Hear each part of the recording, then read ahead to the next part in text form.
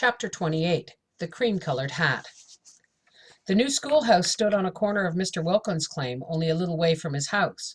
When Laura opened its door on Monday morning, she saw that it was an exact replica of the Perry schoolhouse, even to the dictionary on the desk and the nail in the wall for her sunbonnet. This was a happy omen, she thought, and it was. All her days in that school were pleasant. She felt herself a capable teacher now, and she dealt so well with every little difficulty that none ever lasted until the next day. Her pupils were friendly and obedient, and the little ones were often funny, though she kept her smiles unseen. She boarded at the Wilkins, and they were all friendly to Laura and pleasant with each other. Florence still went to school, and at night told Laura all the day's happenings. Laura shared Florence's room, and they spent the evenings cozily there with their books.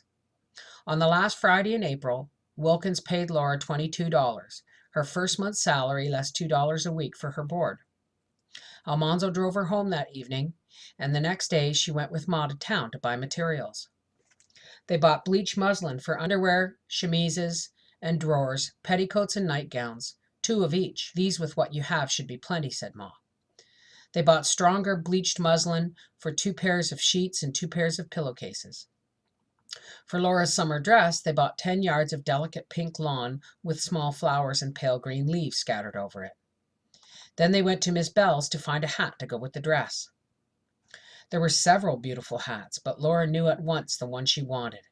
It was a fine cream-colored straw with a narrow brim, rolled narrower at the sides. The brim in front came down over the middle of Laura's forehead. All around the crown was a band of satin ribbon, a little darker than the straw, and 3 ostrich tips stood straight up in the crown's left side. They were shaded in color from the light cream of the straw to the slightly darker than the satin ribbon. The hat was held on the head by a fine white silk elastic cord that scarcely showed because it fitted under the mass of Laura's braided hair. As they walked up the street after they bought that hat, Laura begged Ma to take $5 and spend it for herself. No, Laura, Ma refused. You're a good girl to think of it, but there's nothing that I need. So they came to the wagon, waiting for them in front of Fuller's hardware store. Something bulky stood in the wagon box, covered with a horse blanket. Laura wondered what it was, but she had no time to look, for Pa untied the horses quickly, and they all started home. What have you got in the back, Charles? Ma asked. I can't show you now, Caroline. Wait until we get home, Pa answered. At home, he stopped the wagon close to the house door. Now, girls, he said, take your own packages in, but leave mine alone until I get back from putting up the horses. Don't you peek under that blanket either. He unhitched the horses and hurried them away. Now, whatever can that be? Ma said to Laura. They waited. As soon as possible, Pa came hurrying back. He lifted the blanket away, and there stood a shining new sewing machine. Oh, Charles, Ma gasped. Yes, Caroline, it's all yours, Pa said proudly. There'll be a lot of extra sewing with Mary coming home and Laura going away, and I thought you'd need some help. But how could you? Ma asked, touching the shiny black iron of the machine's legs. I had to sell a cow anyway, Caroline. There wouldn't be room in the stable next winter unless I did, Pa explained. Now, if you'll help me unload this thing, we'll take its cover off and see how it looks. A long time ago, Laura remembered. A tone in Ma's voice when she spoke of a sewing machine had made Laura think that she wanted one. Pa had remembered that. He took the end gate out of the wagon, and he and Ma and Laura lifted the sewing machine carefully down and carried it into the sitting room, while Carrie and Grace hovered around excitedly. Then Pa lifted the box cover off the machine, and they stood in silent admiration. It is beautiful, Ma said at last, and what a help it will be. I can hardly wait to use it. But this was late on Saturday afternoon. The sewing machine must stand still over Sunday. Next week, Ma studied the instruction book and learned to run the machine. And then next Saturday, she and Laura began to work on the lawn dress. The lawn was so crisp and fresh, the color so dainty, that Laura was afraid to cut it lest she make a mistake. But Ma had made so many dresses that she did not hesitate. She took Laura's measurements, then with her dressmaker's chart, she made the pattern for the waist, and fearlessly cut the lawn. They made the waist tight fitting with 2 clusters of tucks down the back and 2 in front. Down the center of the front, between the tucks, tiny white pearl buttons buttoned to the waist. The collar was a straight upstanding fold of the lawn. The sleeves were long, gathered at the shoulders and close fitting to the waist, finished with a hem the width of the tucks. The skirt was gathered very full all around into a narrow waistband, which buttoned over the bottom of the waist to secure them from slipping apart. All down the full skirt, tucks went around and around it, spaced evenly a little way apart, and beneath the bottom tuck was a full gathered ruffle 4 inches wide that just touched Laura's shoe tips. This dress was finished when Almanzo brought Laura home on the last Friday in May. "Oh, it is pretty, Ma," Laura said as she saw it. "All those tucks are so even and stitched so beautifully." "I declare," said Ma, "I don't know how we ever got along without that sewing machine.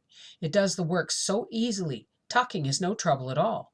And such beautiful stitching. The best of seamstresses could not possibly equal it by hand."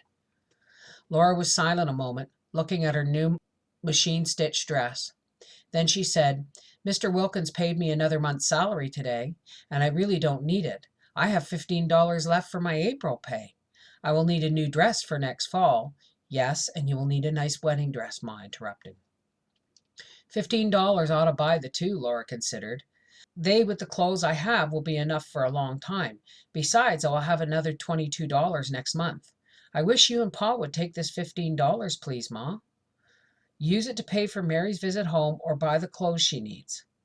"We can manage without taking money for your last term of school," Ma said quietly.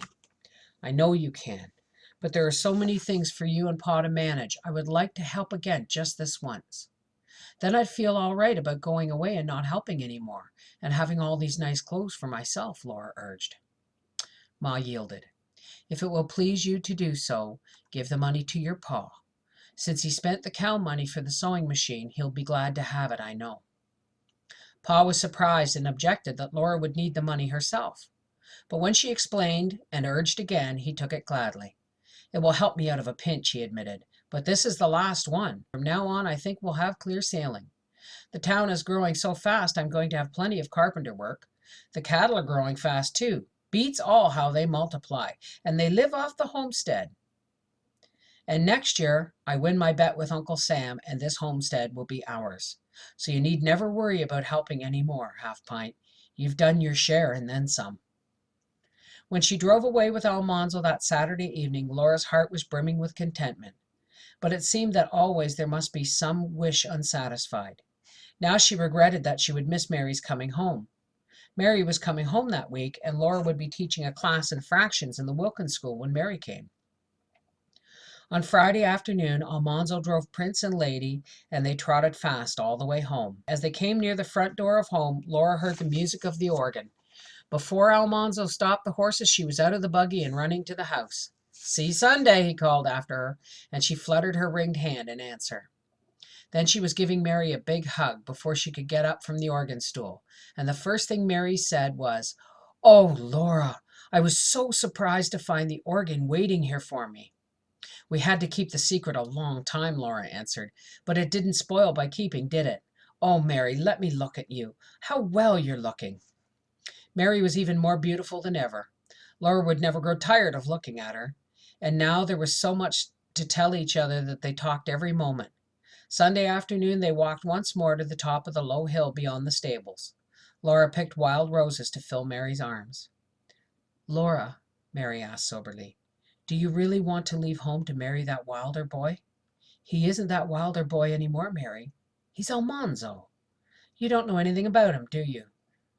Or not much since the hard winter." "I remember his going after the wheat, of course. But why did you want to leave home and go with him?" Mary persisted. "I guess it's because we just seem to belong together," Laura said. "Besides, I have practically left home anyway. I'm away so much. I won't be any farther away than I am at Wilkins." "Oh, well, I guess it has to be that way. I went away to college and now you're going away. That's growing up, I suppose." "It's strange to think," Laura said. "Carrie and Grace are now older than we used to be. They're growing up too. Yet it would be even stranger if we stayed as we were always, wouldn't it?" "There he is coming now," said Mary. She had heard the buggy and Prince and Lady's hoofs, and no one could have guessed that she was blind to see her beautiful blue eyes turned toward them as if she saw them. "I've hardly seen you," she said, "and now you have to go." "Not till after supper. I'll be back next Friday, and besides, we'll have all July and most of August together," Laura reminded her. At 4 o'clock on the last Friday in June, Almanzo drove Barnum and Skip to the Wilkins door to take Laura home. As they drove along the familiar road, he said, "And so another school is finished, the last one." "Are you sure?" Laura replied demurely. "Aren't we?" he asked. "You'll be frying my breakfast pancakes sometime along the last of September." "Or maybe a little later," Laura promised. He had already begun to build the house on the tree claim. "In the meantime, how about the 4th of July? Do you want to go to the celebration?" "I'd much rather go for a drive," Laura answered. "Suits me," he agreed. "This team's getting too frisky again. I've been working on the house and they've had a few days' rest.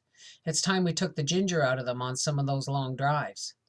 "Any time. I'm free now." Laura was gay. She felt like a bird out of a cage. "We'll have the first long drive on the 4th then," said Almanzo.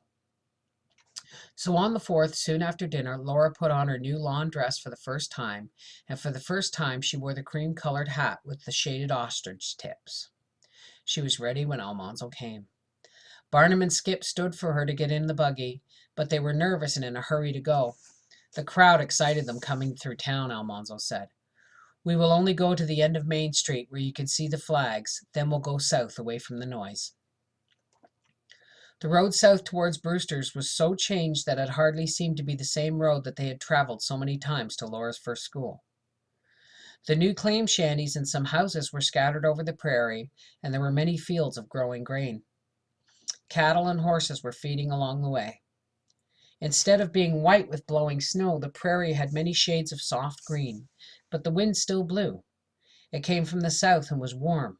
It blew the wild grass and the grain in the fields. It blew the horses' manes and tails streaming behind them. It blew the fringes of the lap robe that was tucked tightly to protect Laura's delicate lawn dress. And it blew the lovely cream-colored ostrich feathers off of Laura's hat.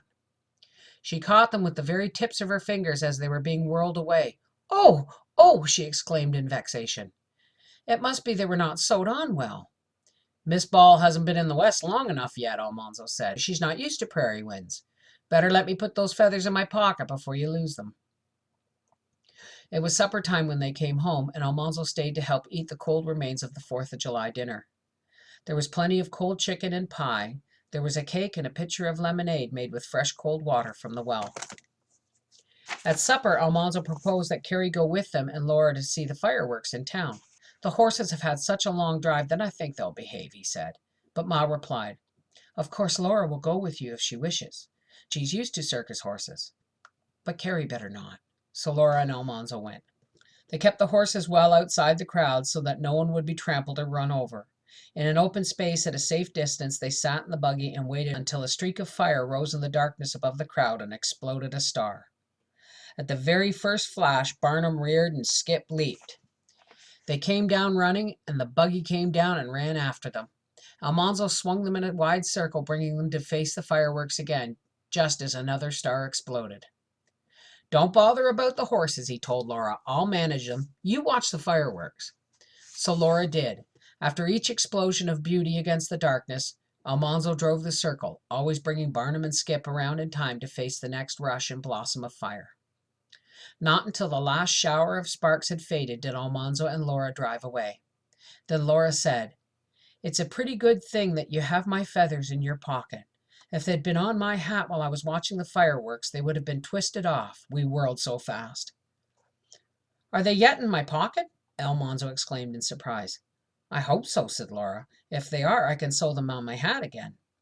The feathers were still in his pocket, and as he handed them to her at home, he said, "I'll be by for you Sunday. These horses do need exercise."